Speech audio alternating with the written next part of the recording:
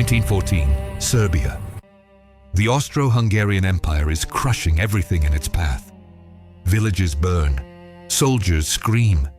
The Serbian army is in full retreat through frozen mountain passes, leaving behind the wounded, the dying, and anyone foolish enough to stay.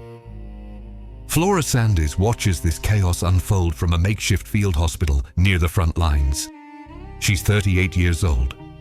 British. A volunteer nurse who came here with an ambulance unit expecting to help. But there are no ambulances anymore. There are no hospitals. There's only the retreat. And Flora Sandes makes a decision that will define the rest of her life. She picks up a rifle. Not to carry it, to use it. She walks up to a Serbian officer covered in mud and blood and tells him she wants to fight. He laughs. Not a polite laugh. A genuine, exhausted, are you insane laugh. She's a middle-aged English woman in a war zone asking to join the infantry. He looks at her like she's lost her mind. Maybe she has, but the Serbian army is desperate. They're losing hundreds of men every day, so he shrugs. Fine. You want to die with us? Be our guest. They give her a uniform. Too big. They give her a rifle. Heavy. They give her a spot in the 2nd Infantry Regiment. And they wait for her to quit. She doesn't quit. The first week is hell. They march through knee-deep snow in the mountains. No food, no sleep, just cold and fear and the constant sound of artillery in the distance. Flora keeps up. Barely. Her feet bleed through her boots. Her hands go numb, but she doesn't fall behind. The Serbian soldiers watch her, waiting. Surely she'll break. Surely she'll cry and beg to go back to the hospital tents. She doesn't. Instead, she learns. She learns how to clean her rifle in the freezing dark, how to dig a trench with frozen ground, how to sleep standing up, how to ignore the screaming. And then the Austro-Hungarians hit them. It's not a battle. It's an ambush.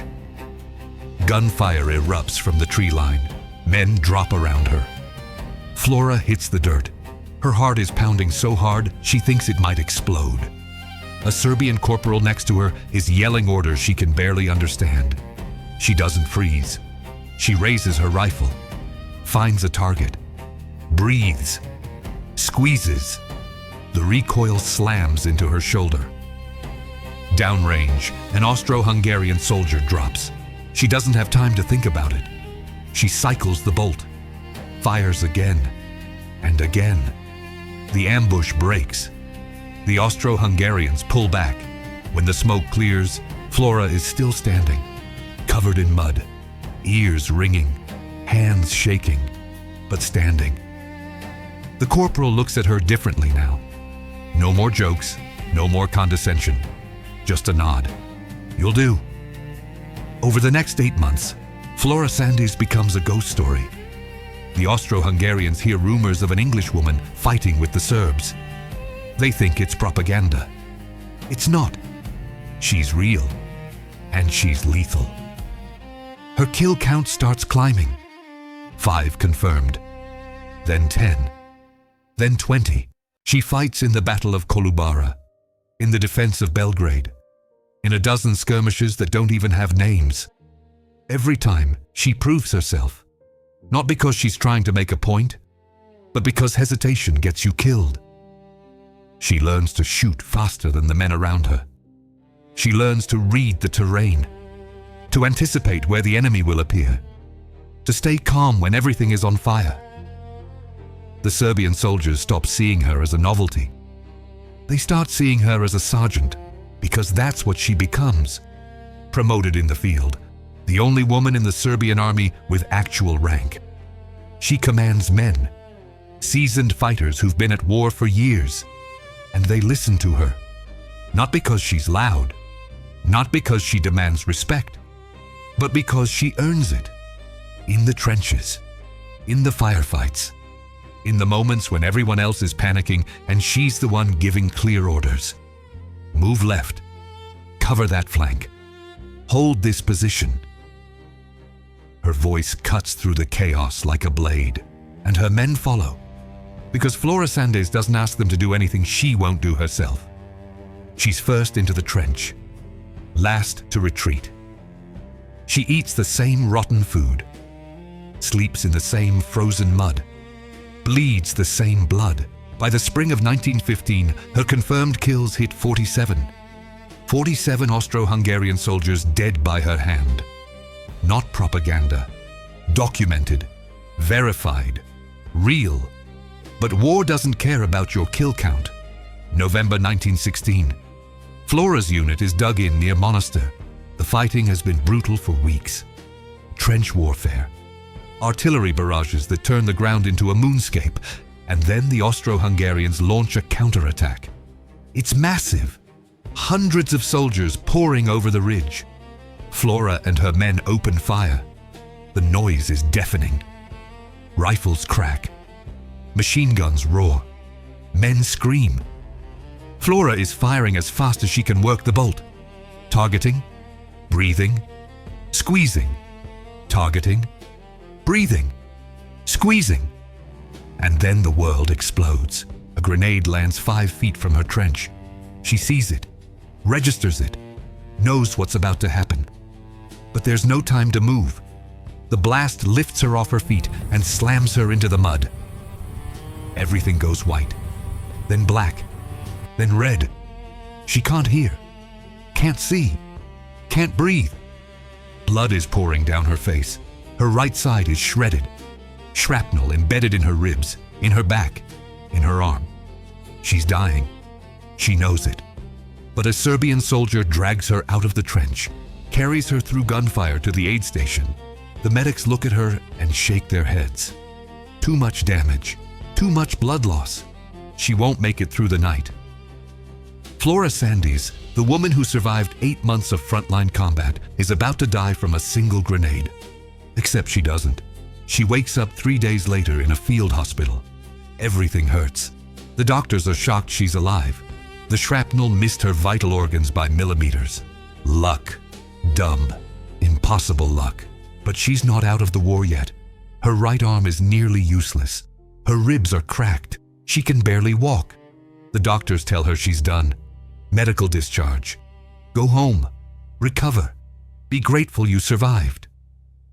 Flora refuses. She doesn't go home.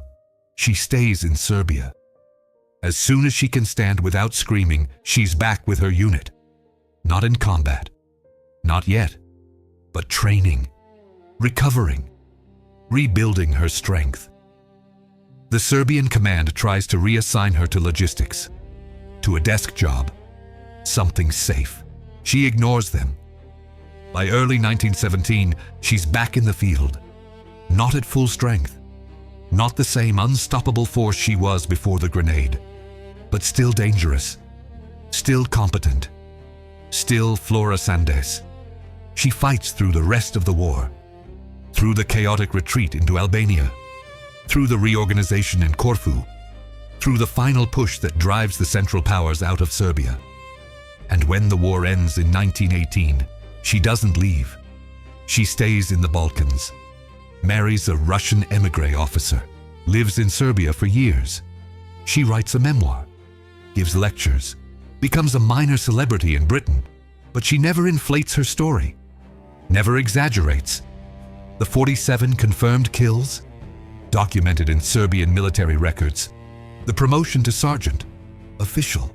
The medals, real. She doesn't need to embellish, because the truth is already insane.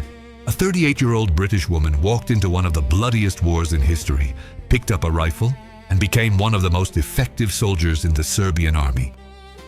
Let's be clear about what Flora Sandes actually did. This wasn't symbolic. This wasn't morale-boosting propaganda. This was combat. Real combat. She didn't fight in one battle and get celebrated. She fought in dozens. She didn't fire her rifle once and get a medal. She fired it hundreds of times. With precision. With lethality. With a kind of cold efficiency that keeps you alive when everyone around you is dying. The Serbian soldiers didn't respect her because she was a woman breaking barriers. They respected her because she was good. Better than most. better than men who'd been fighting for years. She could outshoot them, outthink them, outlast them. And she did it without the physical advantages men had. She was older, smaller, weaker in raw strength. But none of that mattered, because Flora Sandes had something more important than strength. She had discipline, focus, an absolute refusal to accept failure. When the Austro-Hungarians charged, she didn't panic. When the grenades fell, she didn't run. When her friends died next to her, she didn't break. She reloaded, aimed, fired, again and again and again. That's what made her legendary. Not her gender, her competence, her ability to function at the highest level under the worst possible conditions. And the Serbian army recognized it. They promoted her, decorated her, trusted her with command. Because in war, ideology doesn't matter. Politics don't matter. Only one thing matters. Can you do the job? Flora Sandes could. After the grenade blast that nearly killed her, something changed. Not in her ability, in how people saw her. Before, she was an anomaly, a strange story. The English woman in the Serbian trenches. Interesting, unusual. But after she survived that explosion and came back, she became mythical. Soldiers started telling stories about her. Exaggerated stories. That she couldn't be killed. That she had supernatural aim. That she once held a trench alone against 20 Austro-Hungarians. Some of it was true. Some of it wasn't. Flora didn't care. She wasn't doing this for the stories. She was doing it because the war wasn't over. Because her men were still fighting. Because Serbia was still under siege. And because she'd made a promise to herself back in 1914 when that Serbian officer laughed at her, she would prove him wrong. And she did. Over and over and over. By the time the war ended, she'd been promoted multiple times. She wore the Order of the Star of Karađorđe, the highest Serbian military honor. She wore it alongside men who'd fought since 1912. Men who'd been at war for 6 years straight. They didn't resent her. They celebrated her, because Flora Sandes earned every piece of metal on her chest. With blood. With sacrifice. With an 8-month combat record that most soldiers couldn't match in their entire careers. And when the armistice was signed and the guns finally went silent, Flora didn't parade around, didn't demand recognition. She quietly went back to her life, married, settled, wrote her memoir not to glorify herself, but to honor the Serbian soldiers who fought beside her. The Austro-Hungarian soldiers who fought against her never forgot. After the war, some of them wrote about the rumors, about the English woman sniper who haunted the Serbian lines. They thought it was psychological warfare, a story the Serbs made up to scare them. But it wasn't. She was real, and she was terrifying. Not because she was cruel, but because she was efficient. A rifle shot from Flora Sandes meant someone died. Clean, precise, no wasted ammunition, no hesitation. Just cold, calculated violence executed with the kind of professionalism that only comes from experience. She didn't hate the Austro-Hungarians. She wasn't fighting for ideology or nationalism. She was fighting because that's what soldiers do. They complete the mission. They protect their unit. They eliminate the enemy. And Flora Sandes did all three better than almost anyone else on that battlefield. Her 47 confirmed kills weren't the most in the war. Serbian snipers with years more experience had higher counts.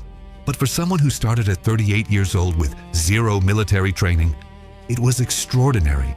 She learned everything in the field, under fire, while people were actively trying to kill her. And she didn't just survive, she thrived. She adapted faster than soldiers half her age, became more reliable than men who'd been warriors their entire lives. That's the part that makes Flora Sandes so compelling. Not that she fought, but how well she fought. How quickly she mastered skills that take most people years to develop. How completely she transformed from a nurse into a combat soldier. When Flora Sandes finally returned to Britain after the war, people didn't know what to do with her. She was a celebrity, a war hero, a woman who'd done something no other British woman had done. But she was also uncomfortable, out of place. Britain in the 1920s wasn't ready for a woman like Flora Sandes. She didn't fit, couldn't fit. She'd spent years in trenches with men who saw her as an equal. Now she was back in a society that saw her as an oddity, a curiosity, something to gawk at. She gave lectures, talked about the war, about Serbia, about her experiences. But she always felt like people were missing the point. They wanted to hear about the woman soldier, the novelty, the scandal. She wanted to talk about the Serbian soldiers who died beside her, the men who bled and suffered and fought with a courage that most people couldn't comprehend.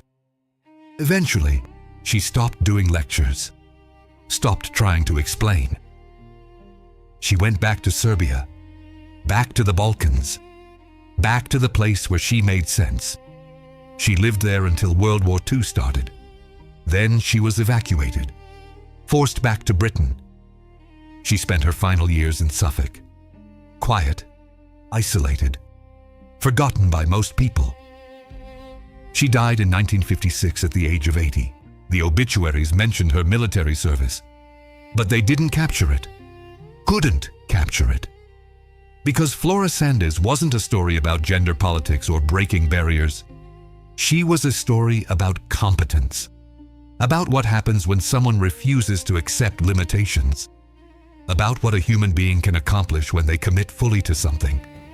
No excuses, no compromises, just pure, relentless execution. 47 confirmed kills, 8 months of continuous frontline combat, promoted to sergeant in the Serbian Army, awarded the Order of the Star of Karađorđe, wounded by a grenade, and returned to combat. These aren't exaggerations. These aren't legends. These are facts. Documented, verified, real. Flora Sandes didn't fight in one symbolic battle and get celebrated. She fought in a war. A real, brutal, bloody war where people died screaming in mud and fire. And she didn't just survive it. She excelled in it. She became one of the most effective soldiers in her regiment. Not because of propaganda, not because of politics, but because she could shoot. She could lead. She could endure. The Serbian officers who laughed when she asked to fight, they stopped laughing. They started listening. Because Flora Sandes proved something that makes people deeply uncomfortable.